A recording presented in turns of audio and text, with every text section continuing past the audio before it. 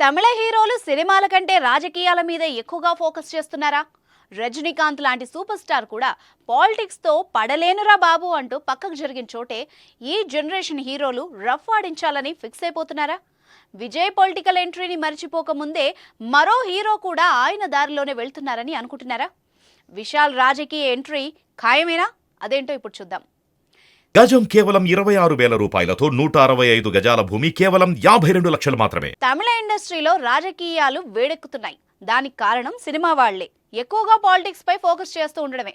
తాజాగా రాజకీయాలపై hero Vishal clarity ఇచ్చేశారు. అయితే గత కొన్ని రోజుల నుంచి రాజకీయ ఎంట్రీపై వస్తున్న వార్తలపై విశాల్ స్పందించడంతో ప్రస్తుతం అందరూ ముక్కున వేలేసుకున్నారు.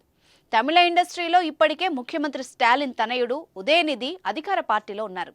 ఆయనతో పాటు కమల్ హాసన్ కూడా రాజకీయాల్లో ఉన్నారు. కొత్తగా విజయ్ తమిళగ వెట్రి కళగం పేరుతో పార్టీని స్థాపించి పార్లమెంట్ ఎన్నికల మీద ఫోకస్ చేస్తామని తెలిపారు.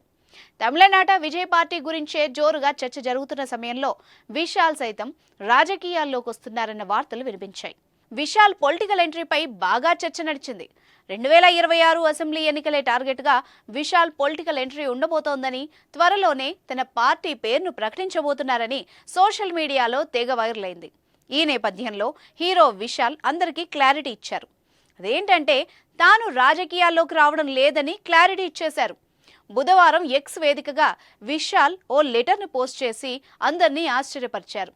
ఇప్పుడైతే రాజకీయాల్లోకి రావడం లేదని, కాలం నిర్ణయిస్తే ప్రజల కోసం పోరాటం చేస్తానంటూ వెల్లడించారు. రాజకీయాల్లోకి వస్తున్నాడని విశాల్ ఫ్యాన్స్ తెగ సంతోషపడిపోయారు. కానీ తాజాగా విశాల్ ఇచ్చిన క్లారిటీపై ఫ్యాన్స్ నిరాశ చెందారు. నిజానికి విశాల్ రాజకీయాల్లో ఎప్పటి నుంచో ఉన్నారు. జయలలిత మరణం తర్వాత చెన్నై ఆర్కే నగర్ అసెంబ్లీ ఉప ఎన్నికల్లో పోటీ చేసేందుకు విశాల్ నామినేషన్ వేశారు. అయితే కొన్ని కారణాల రీత్యా ఆ నామినేషన్ తిరస్కరణకు గురైంది. ఆ తర్వాత పలు సినిమాలతో పాటు పలు సేవా కార్యక్రమాల ద్వారా ప్రజలకు చేరువయ్యారు. ఇంతలో విజయ్ సొంత పార్టీని ప్రకటించడంతో అతనికి పోటీగా విశాల్ పార్టీని స్థాపించి 2026లో అసెంబ్లీ ఎన్నికల్లో పోటీ చేయవచ్చన్న ప్రచారం జోరుగా సాగింది. కానీ ప్రస్తుతానికి రాజకీయాల్లోకి వచ్చే ఆలోచన లేదని విశాల్ ప్రకటన చేయడంతో ఫుల్ స్టాప్ పడింది.